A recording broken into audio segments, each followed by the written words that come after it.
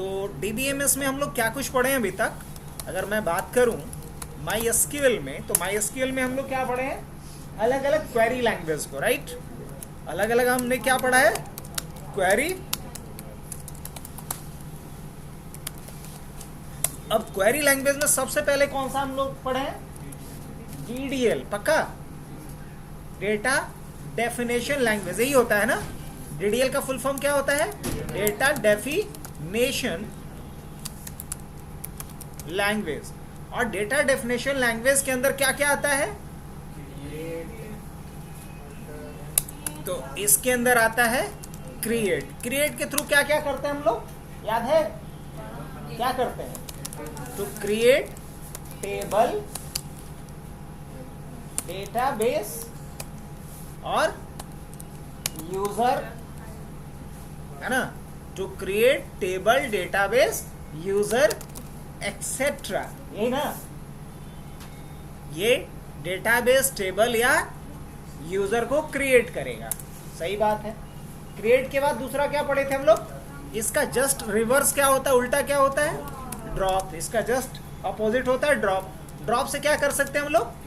To delete table, table को delete कर सकते हैं, डेटाबेस को डिलीट कर सकते हैं, यूजर को डिलीट कर सकते हैं, करेक्ट? अच्छा, ड्रॉप के बाद आते हैं हम लोग ट्रंकेट। अब ट्रंकेट से क्या होता है? हाँ, ट्रंकेट से टू क्या कह सकते हैं हम? To delete all records from the table. ये टेबल से सारे रिकॉर्ड्स को डिलीट करता है, वो भी एक बार में, इसलिए क्या लिखे हैं? To delete all records from the table. अब ट्रंकेट के बाद फिर क्या है? रीनेम। इससे क्या होता है? इससे क्या होता है? To rename the table. ये टेबल को क्या करता है? मान लो हमने कोई टेबल बनाया लॉगिन के नाम से, बाद में लगता है कि नहीं इसका नाम तो यूजर्स होना चाहिए, तो हम कैसे टेबल को रीनेम करेंगे? हालांकि टेबल को रीनेम करने का और हम लोग तरीका पढ़े, अल्टर क्वेरी। तो अब लिख लेते हैं हम लोग। नेक्स्ट किसकी बारी है? अल्टर। क्या बोलेंगे? To modify the structure of the table. अगर हमें टेबल का स्ट्रक्चर बदलना हो, जैसे कोई नया कॉलम जोड़ना हो, किसी पहले से जुड़े हुए कॉलम को हटाना हो, उसका साइज चेंज करना हो, उसका डेटा टाइप चेंज करना हो, उस पर कोई कॉन्स्टेंट लगाना हो, तो ये सारा काम हम किस क्वेरी के थ्रू करेंगे? Alter query. और लगता है कि लास्ट क्लास में हमने यही किया था पूरा, अल्टर क्वेरी। तो ये जो 5 हमने लिखा query, create, drop, truncate, rename, alter. अब खुद से फिर पूछो। अब किसी चीज को याद करने का एक शॉर्टकट तरीका होता है, once read, twice write and thrice think. मतलब एक बात पढ़ो, 2 बार उसको लिखो, फाड़ के फेंक दो, तिलंगी बना दो उसका, हाँ, नाव बना दो भी, बरसात का टाइम है, लेकिन लिखो उसको 2 बार। रफ पेपर पे ही लिखो, बट लिखो once read, twice write and thrice think. This is the shortcut way to remember everything for the long time. अगर आप किसी चीज को लंबे समय तक याद रख रहे हो तो इस टेक्निक को अपनाओ, जल्दी भूलोगे नहीं। ये इसलिए बताना पड़ रहा है कि तुम लोग को आज बताते कल ही भूल जाती हो। एक बार पढ़ना, 2 बार लिखना। जैसे मान लो अभी हम क्या कर रहे हैं, पढ़े कि DDL क्या है, तो SQL का एक क्या है? लैंग्वेज है। अब इसका पूरा नाम क्या होता है? Data definition language. अब DDL के अंदर कौन कौन सा क्वेरी आता है? तो क्रिएट आता है। अब क्रिएट से क्या होता है? खुद से पूछेंगे, क्रिएट कब यूज करेंगे? जब हमें कोई डेटाबेस बनाना हो, जब कोई हमें टेबल बनाना हो, जब कोई हमें यूजर बनाना हो। मतलब ये बिल्कुल विजुअलाइज होना चाहिए। जैसे कैसे कोई बोलेगा, अगर आप लोग को बोलेगा बोरिंग रोड चौराहा, तो क्या बोले? हाँ हाँ देख रहे हैं, यहाँ बैठे हुए, तब बोलोगे कि देख रहे हैं। देख रहे हैं का क्या अर्थ है? वो विजुअलाइज कर रहे हो आप। उसी तरीके से सारा क्वेरी या जो भी हम पढ़ रहे हो क्या होना चाहिए? आंख के सामने विजुअलाइज होना चाहिए, चाहे वो हो या नहीं हो। तो क्रिएट से क्या हो रहा है? क्रिएट करेंगे। क्या क्रिएट करेंगे? टेबल, डेटाबेस या यूजर। ड्रॉप से क्या करेंगे हम लोग? डिलीट करेंगे। क्या क्या? टेबल, डेटाबेस या यूजर को। और ट्रंकेट से क्या करेंगे हम, डिलीट करेंगे सारे रिकॉर्ड्स को। एक टेबल में मान लो बहुत सारे रिकॉर्ड्स हैं और वो टेम्पोररी टेबल था, अब उसमें रिकॉर्ड नहीं रखना है, तो क्या करेंगे, उस सबको हटाएंगे। रीनेम से क्या होगा, टेबल का नाम बदलेंगे। ऑल्टर से क्या होगा, तो टेबल का स्ट्रक्चर में बदलाव करेंगे। स्ट्रक्चर से क्या मतलब होता है, तो स्ट्रक्चर से मतलब होता है कि टेबल में पहले से 4 कॉलम था, एक कॉलम और जोड़ना है, या कोई एक कॉलम था उसका नाम बदलना है। कॉलम में जो साइज था लगा हुआ वो साइज कम पड़ रहा है डेटा डालते वक्त। मान लो कि एक नेम नाम का फील्ड था जिसका हमने फील्ड का साइज रखा था 20 कैरेक्टर्स का, अब हमें डालना है साउथ इंडियन का नाम। अब 20 कैरेक्टर में कहाँ से आएगा, नहीं आएगा। तो हम चाहेंगे क्या, ऐसा तो नहीं करेंगे वो टेबल मिटा देंगे फिर नया टेबल बनाएंगे तब उसका 50 कैरेक्टर का साइज रखेंगे, नहीं। जो हमारा टेबल पहले से बना हुआ है उसी टेबल में उस नेम फील्ड का साइज क्या करेंगे, बड़ा करेंगे। तो ये सारा काम किसके थ्रू होगा, ऑल्टर क्वेरी के थ्रू होगा। अब इसके बाद बढ़ते हैं, डी क्या होगा, डीएमएल। डीएमएल का फुल फॉर्म क्या होता है, सबको याद है ना, हाँ, डेटा मैनिपुलेशन। अब डेटा मैनिपुलेशन लैंग्वेज के अंदर क्या क्या आएगा, सबसे पहले तो यस इंसर्ट। इंसर्ट से क्या होता है बच्चा, बता सकते हो क्या होता है, टू इंसर्ट रिकॉर्ड, है ना, या हम क्या कह सकते हैं, बहुत सारे रिकॉर्ड्स भी एक बार में डाल सकते हैं, तो रिकॉर्ड्स भी लिख दें, टू इंसर्ट रिकॉर्ड और रिकॉर्ड्स इन द टेबल। मतलब ये टेबल में एक या एक से अधिक रिकॉर्ड को क्या करता है, इंसर्ट करने का काम करता है। कौन, इंसर्ट क्वेरी। अच्छा, इंसर्ट के बाद फिर क्या है, सेलेक्ट। अब बहुत सारे लोग इसको एक अलग लैंग्वेज में भी डाल देते हैं, लेकिन तुम लोग मत डालो, इसको डेटा क्वेरी लैंग्वेज या डीक्यूएल में डाल देते हैं। किस में डाल देते हैं, हो सकता है कि कोई बुक में, हो सकता है कि किसी वेबसाइट पे आपको सेलेक्ट क्वेरी एक अलग लैंग्वेज में डाला हुआ दिखे, डीक्यूएल, जिसको कुछ लोग बोलते हैं डेटा क्वेरी लैंग्वेज। बट हम इसको डीक्यूएल में नहीं रखेंगे, किस में रखेंगे, डीएमएल में रखेंगे, क्योंकि ये भी तो क्या कर रहा है, रिकॉर्ड को मैनिपुलेट ही तो कर रहा है, इसलिए इसको किस में रखेंगे, डीएमएल में रखेंगे। तो क्या लिखेंगे, टू सेलेक्ट, और क्या कह सकते हैं हम, फाइंड ना, फाइंड रिकॉर्ड या रिकॉर्ड्स फ्रॉम द टेबल। अगर टेबल से किसी रिकॉर्ड या सारे रिकॉर्ड्स को हमें फाइंड करना हो, सर्च करना हो, तो क्या यूज करेंगे हम, सेलेक्ट क्वेरी। अच्छा ठीक है, अब अगर मान लो कि कोई एक एम्प्लॉय था जिसका फोन नंबर चेंज हो गया, या उसका मान लो प्रमोशन हो गया, उसका पोस्ट चेंज हो गया। अब जब प्रमोशन हो गया तो उसका पोस्ट हमें क्या करना होगा, चेंज करना पड़ेगा ना उसके रिकॉर्ड में। तो कैसे चेंज करेंगे, अपडेट। कैसे, इसके लिए कौन सा क्वेरी है, अपडेट क्वेरी है। क्या लिख सकते हैं, टू चेंज और अपडेट, हाँ, रिकॉर्ड या रिकॉर्ड्स इन द टेबल। अगर टेबल के अंदर हमें रिकॉर्ड को अपडेट करना हो, रिकॉर्ड को चेंज, स्ट्रक्चर को नहीं, स्ट्रक्चर को चेंज करना होगा तो अल्टर चलेगा, लेकिन अगर रिकॉर्ड को चेंज करना होगा तो अपडेट चलेगा। तो क्या लिखे हैं, टू चेंज और अपडेट रिकॉर्ड और रिकॉर्ड्स इन द टेबल, तो अपडेट चलेगा। ठीक है, इसके बाद फिर क्या है, डिलीट से क्या होता है, तो डिलीट द रिकॉर्ड या रिकॉर्ड्स कह सकते हैं। चलिए, डीएमएल के बाद अब बढ़ते हैं अगले पड़ाव में, जो क्या है हमारा, हाँ, डीसीएल। डीसीएल से क्या मतलब होता है, डेटा कंट्रोल लैंग्वेज। अब ये डेटा कंट्रोल लैंग्वेज का काम क्या है, डेटा को कंट्रोल करना, डेटा को कंट्रोल करना। अब कंट्रोल करने का क्या अर्थ होता है, तो कंट्रोल करने का ये मीनिंग होता है कि हम ये चाहते हैं कि कौन सा यूजर हमारे किस टेबल में या किस डेटाबेस में क्या काम कर सके। अब जैसे मान लो आप किसी ऑफिस में काम कर रहे हो, तो आप अकेले तो नहीं होंगे, आपके साथ और भी टीम मेंबर्स होंगे। अब मान लो आपके कोई असिस्टेंट है, आप चाहते हो कि वो एक कोई रिकॉर्ड नया डाल सके, न कि जो पहले से रिकॉर्ड डाला गया उसको डिलीट कर सके। समझ रहे हो पॉइंट? तो कैसे आप किसी को ऑथराइज करोगे? मान लो दुकान में ही है, तो एक है मान लो जो हेल्पर है वो क्या सामान दे सकता है, बेच सकता है, लेकिन कितने में बेचना है ये तो या फ्री में देना है ये डिसीजन तो नहीं ले सकता। तो कहने का मतलब ये है कि अगर एक टेबल में या एक डेटाबेस में कई लोग काम कर रहे हैं तो हर टीम मेंबर का अलग अलग क्या होगा, परमिशन लेवल होगा। परमिशन लेवल समझ रहे हो? अलग अलग परमिशन लेवल होगा। घर में ही अगर मान लो एक फैमिली में ही उठा कर देख लो तो जितने लोग हैं सबका परमिशन लेवल क्या होगा, अलग अलग होगा। और एक जो सबसे हायर लेवल पे जो बैठे हैं, जो मेन है, मुखिया है, उनके पास क्या होगा, कंप्लीट प्रिविलेज होगा, पूरा अधिकार। तो किसी भी डेटाबेस का जो मेन मुखिया है वो क्या कौन है, रूट।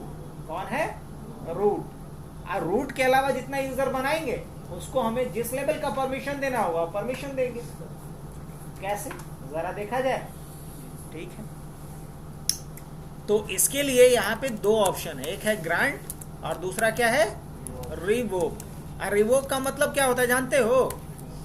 रिवोक का मतलब होता है छीनना, फोर्सफुली। अगर किसी से कुछ हम लेते हैं तो उसको क्या कहते हैं, रिवोक करना।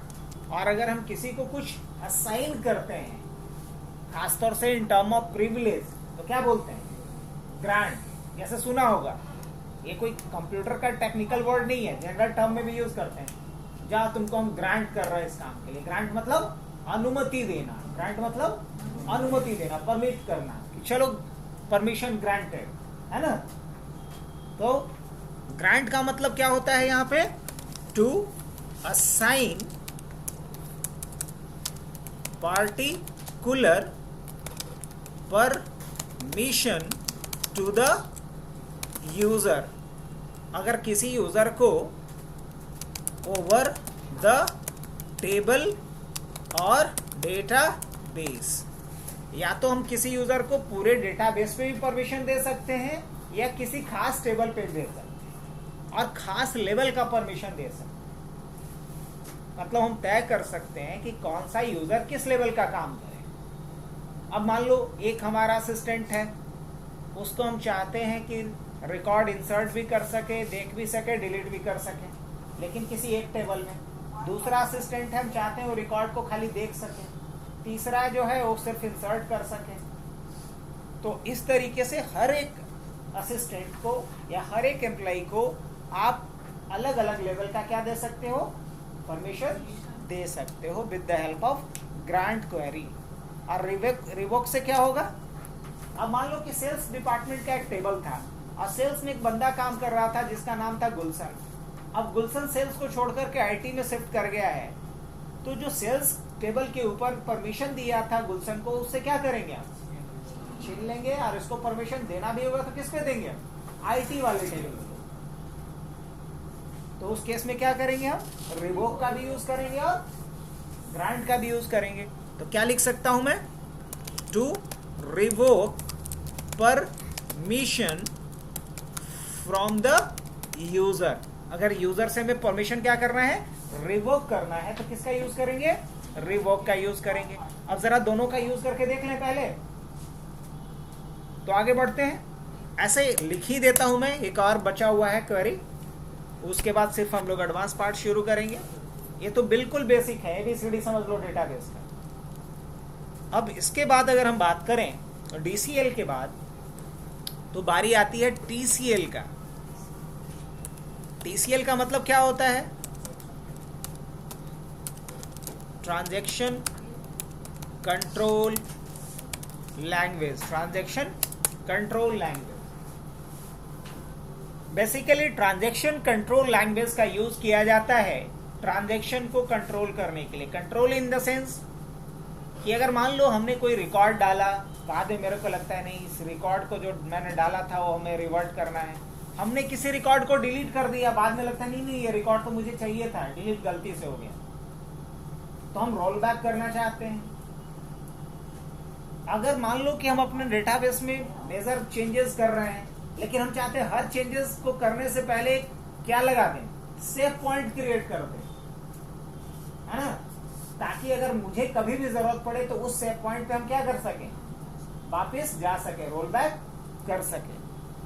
तो ये 3 काम किसमें हम लोग करने वाले हैं, टीसीएल में। क्या क्या, सेव पॉइंट क्रिएट कर सकते, और क्या कर सकते, रोल बैक कर सकते, और क्या कर सकते, और एक बहुत ही इंपॉर्टेंट, दैट इज कमिट। क्या कर सकते, कमिट कर सकते। तो कमिट को क्या बोलेंगे, टू सेव द चेंजेस।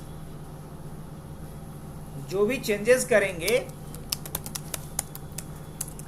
जो भी हम चेंजेस करेंगे, उन सारे चेंजेस को जो सेव करेगा वो कौन सा क्वेरी होगा, कमिट होगा। रोल बैक क्या करता है, टू रोल बैक और undo the table at a specific save point. अगर किसी खास सेव पॉइंट पे आप रोल बैक या अनडू करना चाहते हैं तो इसके लिए कौन सा क्वेरी यूज करेंगे, रोल बैक क्वेरी यूज करेंगे। फिर क्या लिखा गया ऊपर, save point, to create a save point, to create a save point so that it allow to undo। आप सेव पॉइंट इसलिए क्रिएट करोगे ताकि ये आपको अलाउ करे, ताकि आप अपने डेटाबेस में, अपने टेबल में क्या कर सको, वापस जा सको, प्रीवियस स्टेट में जा सको। तो ये 4 बहुत ही बेसिक क्वेरी लैंग्वेज है MySQL का, और अगर इतना आता है तभी इसका एडवांस हम लोग सीखना शुरू करेंगे। तो आप पहले हम लोग DCL देखते हैं। DCL का यूज करने के पहले और हम लोग MySQL को स्टार्ट करते हैं। MySQL स्टार्ट कर ले। अच्छा एक बात बताओ कि यहाँ जो मैं अभी लॉगिन कर रहा हूँ, पासवर्ड बदला है इसका भी क्या, कुछ तो बदला है, क्या था,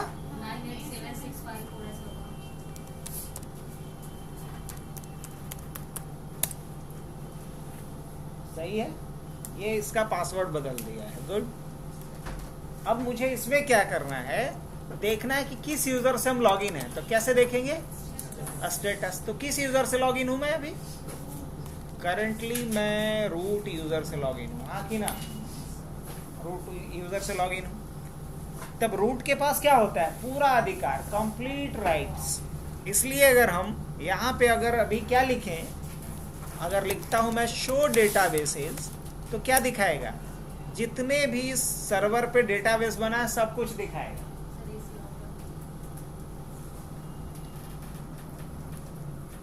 जितने भी डेटाबेस इस पे बना है सारा का सारा डेटाबेस दिखेगा। और रूट यूजर इस पे जो भी काम करना चाहे, जो भी क्वेरी चलाना चाहे, कोई भी क्वेरी चला सकता है। क्यों, क्योंकि रूट यूजर के पास क्या होता है, कंप्लीट प्रिविलेज, पूरा पूरा राइट्स, है ना, कंप्लीट प्रिविलेज। वेल, अगर मैं इसमें ये देखना चाह रहा हूं कि इसमें पहले से कितने यूजर अकाउंट बने हुए हैं, तो कैसे देखेंगे बताओ तो, याद है आप लोगों को, क्या लिखेंगे आप, लिखेंगे select user from MySQL dot user. ये बताएगा कि इसमें कितना यूजर बना हुआ है। ओ सो सॉरी, इसमें तो एक ही यूजर है, रूट नाम का जो दिख रहा है। तो फटाफट 2 यूजर अकाउंट और बना लिया जाए, फटाफट 2 यूजर अकाउंट और बना लेंगे हम लोग। कैसे बनाया जाए, लिखेंगे इसके लिए हम क्रिएट यूजर, और यूजर का नाम क्या डाल देते हैं, यूजर का नाम क्या डाल दिया जाए, कैट मैट डाल दें। तो एक यूजर कैट के नाम से मैं बना रहा हूं, कैट।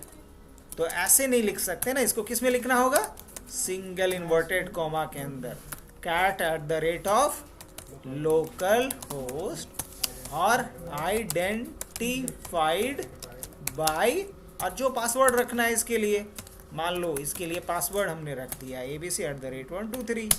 एक यूजर अकाउंट बन गया। अब अगर मैं आकर के देखूं तो कैट का एक दिखाएगा लिस्ट में नाम। जी हाँ, एक यूजर अकाउंट बन गया। अब एक यूजर अकाउंट और बनाना चाह रहा हूं मैं मैट के नाम से, तो क्या लिखेंगे हम? Create user Matt @ local host identified by PC @123।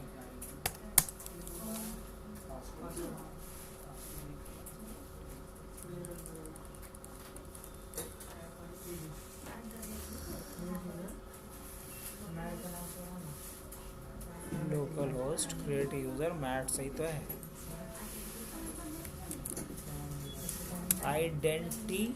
Identified by EBC @123। कुछ गड़बड़ है?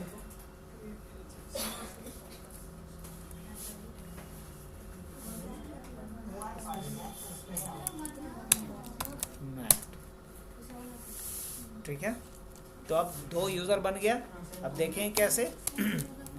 Select user from MySQL dot. अब दोनों यूजर बन गया है, कैट और मैट।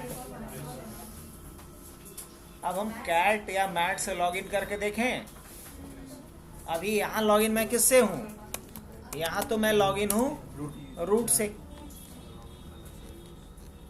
अब मैं लॉगिन किससे करके देखना चाह रहा हूँ? कैट और मैट से। तो कैट या मैट लॉगिन कैसे करेगा, पहले तो यही चैलेंज है। तो आओ इसका तरीका सीखें। इसके लिए हम सी ड्राइव में आएंगे अपने। कहाँ आ गए? सी ड्राइव के अंदर। और सी ड्राइव के अंदर आपको प्रोग्राम फाइल्स में जाना है। कहाँ जाना है? और इसमें कहाँ जाना है? MySQL पे। कहाँ जाना है? MySQL पे। इसमें कहाँ जाना है? MySQL सर्वर पे जाना है। MySQL सर्वर पे। इसमें कहाँ जाना है? बिन पे। यहाँ जब आ गए तो एड्रेस बार में आना और यहाँ आकर के लिखना CMD। क्या लिखना? पहुंचे यहाँ तक कि जल्दी जल्दी कर दिए?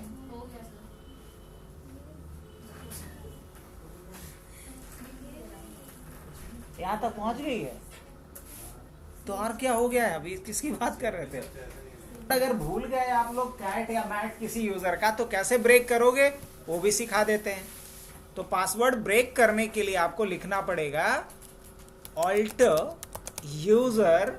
और किस यूजर को ऑल्टर करना है? Cat @ local host identified by. और नया पासवर्ड जो भी रखिए याद रखिएगा, 6 7 8 हम डाल देते हैं। ये हुआ पासवर्ड ब्रेक करना।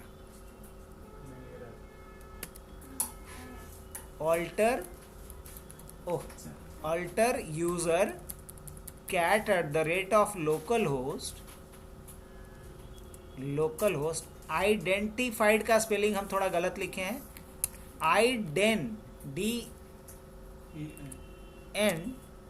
DNTified by. अब हो गया पासवर्ड चेंज। किसका? कैट का। अब मान लो कि हमें कैट यूजर से लॉगिन करना है, तो कैसे लॉगिन करेंगे? तो कैट यूजर से अगर लॉगिन करना है तो हमें यहां पे कैसे जाना बताए थे? पहले सी ड्राइव के अंदर जाओ। सी के बाद कहां जाना है आपको? सी के बाद आप प्रोग्राम फाइल्स में जाओ। प्रोग्राम फाइल्स के बाद MySQL पे जाओ। इसमें MySQL सर्वर पे जाओ। इसमें बिन पे जाओ। अब बिन में यहाँ पे जाकर के एड्रेस बार में आपको क्या लिखना होगा? CMD लिखना होगा, इंटर करना होगा। अब यहाँ आपको क्या कमांड लिखना पड़ेगा? यहाँ आपको कमांड लिखना पड़ेगा MySQL -u और जिस यूजर से लॉगिन करना उसका नाम /p। और जैसे ही एंटर तो पासवर्ड मांगेगा। पासवर्ड इसका हम लोग इस बार बदल करके 128 कर दिए हैं। यस। अब देखेंगे कि हम लॉगिन किए कि नहीं, तो स्टेटस लिख के देख लेते हैं। यस, फाइनली हम कैट से लॉगिन कर चुके हैं। नहीं हो गया सबका?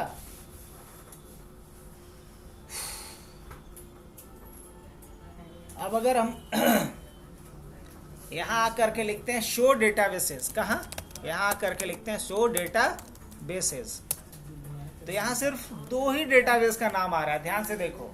और अगर वही काम हम यहाँ कर रहे हैं शो डेटाबेसेस, तो देखो शो डेटाबेसेस, तो यहाँ इतने सारे डेटाबेस का नाम आ रहा है।